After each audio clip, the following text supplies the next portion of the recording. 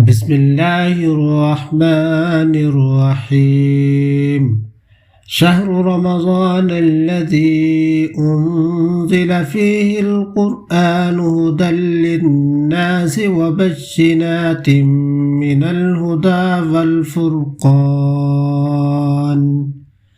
صدق اللہ العظیم۔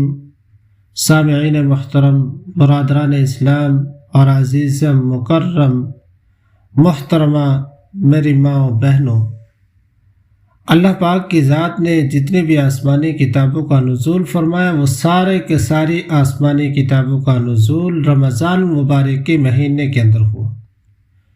تو رمضان یہ بڑا بابرکت، بڑی شان والا مہینہ ہے۔ اس مہینے کے اندر ایک عمل کی وجہ سے اللہ پاک کی ذات 70 گنا تک ثواب کو بڑھا دیتے ہیں۔ تو پھر یہ مہینہ کتابوں کے نزول کی وجہ سے اور زیادہ برکت والا بن جاتا ہے۔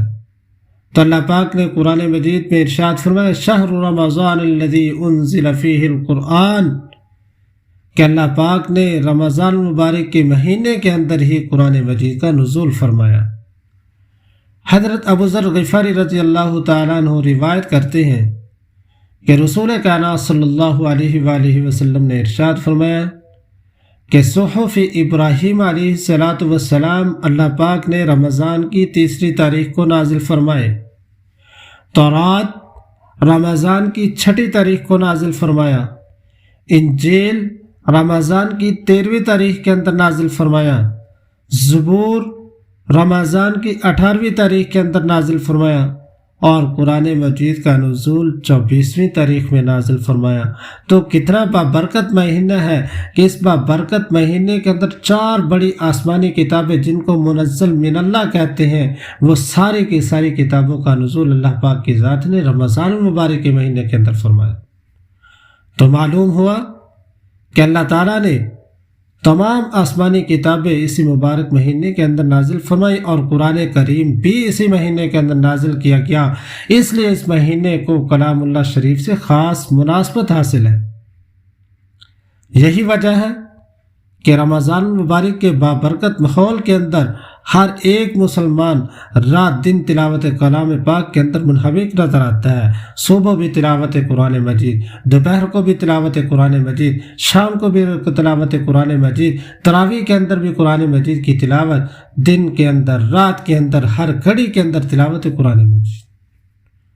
اور الحمدللہ صرف رمضان کے مہینے میں پوری دنیا میں جتنا قرآن کریم پڑھا جاتا ہے شاید سال بھر میں اتنا کل ملا کر بھی نہ پڑھا جاتا، یعنی ایک مہینے کا تلاوت قرآن مجید پورے سال کی تلاوت قرآن مجید سے زیادہ ہوتا ہے۔